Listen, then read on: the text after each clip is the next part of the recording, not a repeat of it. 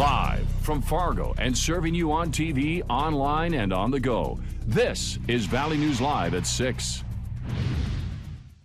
We're always concerned about, how the community gets involved. Red flags, who could have noticed. From a general standpoint, the problem is not every kid is on our radar. The death of a 6-year-old on Monday in Fergus Falls, Minnesota, has many people asking who dropped the ball and who missed the warning signs. We went back to Fergus Falls today to demand answers of Child Protective Services and the county to find out what went wrong and whether or not someone didn't do their job. Valley News Team's Rose Itzkovitz spent the day digging for answers to find out which government agency will be held accountable.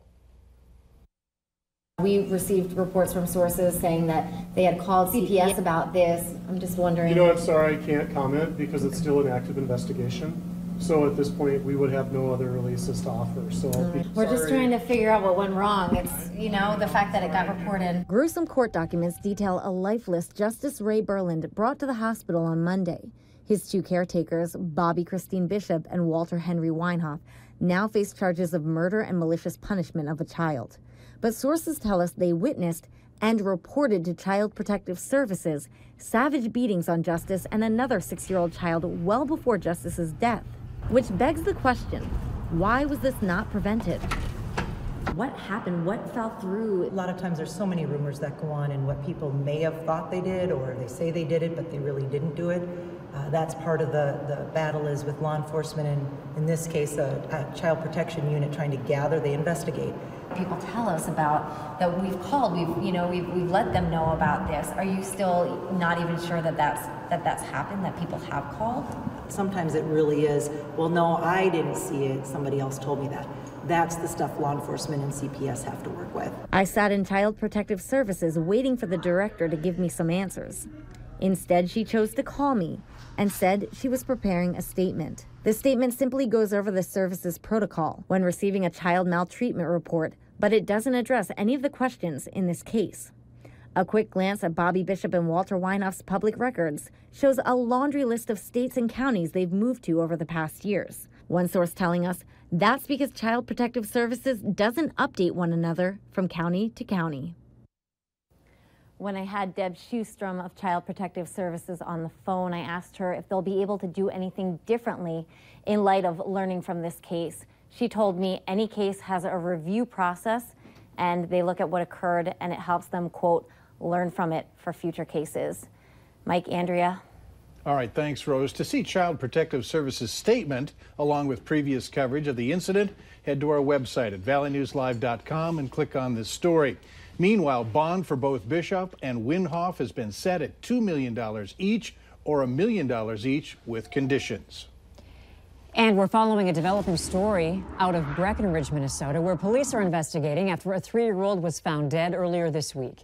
Officers say on Tuesday they were called to the Park Manor Apartments for a 3-year-old who was not breathing. They tried CPR but could not revive the child. The cause of death is still under investigation. We will have much more on this story tonight on Valley News Live at 9 on Fargo CW and Valley News Live at 10. I'm ready to declare that the worst of winter is over around here. Now, if I can just get Hutch to agree and elaborate with a supporting forecast, we'll all be in business. So, Hutch, let's start with tonight's weather planner. Let's start with tonight's weather planner, indeed. First and foremost, it's been a gray and soupy day across the valley. Temperatures in the 30s for most of us. And as we look at the satellite and radar, some wintry mix taking place along and south of I-94 across North Dakota, most of which is in southwest parts of the state, where there could be some accumulation tonight. Here in Fargo, we can't rule out an isolated flurry as we go through the overnight hours. And temperatures will very slowly fall into the lower 30s as we go through the overnight. Grand Forks will be in the 20s. North winds will increase across the region as a blizzard takes aim on the Dakotas, mainly South Dakota, Nebraska, and southwest Minnesota. Winter storm watch posted in Twin Cities as well. Many of you have travel plans south or southeast Friday through Sunday. We'll have an update to your forecast and what we're expecting with the present track of the storm as it looks right now.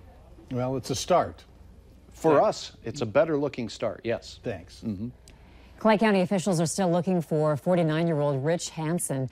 Hansen is a member of the Dilworth-Glendon-Felton School Board. Family members say he disappeared after driving into town from Felton Friday morning. His vehicle is a 2014 black Chevy Traverse. If you have any information, you're urged to call the Clay County Sheriff's Office. For the third time in 6 months, a Pembina County deputy is facing serious misconduct allegations. 2 deputies have previously resigned for other misconduct. This latest case involves domestic abuse allegations. A woman is claiming that she was in an abusive relationship with a deputy. She says on Sunday things got physical and he punched her in the face. But it was the deputy that called the sheriff when the altercation took place. Deputy Bowman was not arrested because Cavalier police say there wasn't enough evidence at the scene. And the sheriff admits the situation might not have been handled correctly. Why was he not suspended immediately following the incident? The reason I guess we didn't suspend him then is that I guess we were kind of thinking about the investigation and everything and letting the PD handle it, and we're kind of on the fence with it. But it's probably what we should have done right away was the immediate suspension. Deputy Bowman's suspension process moved forward today. Meanwhile, the BCI is investigating the incident. For more details, click on this story on our website at valleynewslive.com. A UND graduate has been identified as one of the victims of a plane crash in Arizona. 26-year-old Eric Valente was an aviation major and one of 6 people killed when the plane crashed onto a golf course near Phoenix Monday night. It's not clear if he was the one flying the plane that crashed. Investigators are calling the incident one of the deadliest plane crashes in recent Arizona history. Police are looking for a gun that they say was used in a shooting outside a Fargo strip club late last night. Police say 32-year-old Pedro Dagdag began shooting in the Northern, outside the Northern, after the bouncer wouldn't let him in. Dagdag took off in his pickup, and officers used spike strips to stop the vehicle near Cheyenne High School in West Fargo. Now, the gun in question is likely a small caliber handgun that could be anywhere between 25th Street North to Main Avenue to 9th Street East in West Fargo. It could be wrapped in a blue or black North Face jacket. If you see the gun, call police immediately. A former Minnesota school superintendent has now been charged with multiple counts of exposing himself. Scott Staska has been charged with 10 misdemeanor counts of indecent exposure. He was a finalist for superintendent of Moorhead Area Public Schools, but was arrested last month and put on paid leave after he was accused of repeatedly exposing himself. Staska resigned from his position as Rocori Public Schools superintendent last week. The Midwest states were very well represented today as governors and U.S. senators met with the president to talk trade and agriculture issues. North Dakota Governor Doug Burgum says it's refreshing to hear the president's passion for restoring fair trade and leveling the playing field. And we know this in North Dakota, among the most productive and the most technologically advanced producers in the world, and they can compete with anyone as long as they have a level playing field. But today they do not have a level playing field, and we're growing more than we can consume in this country. We have to have export markets.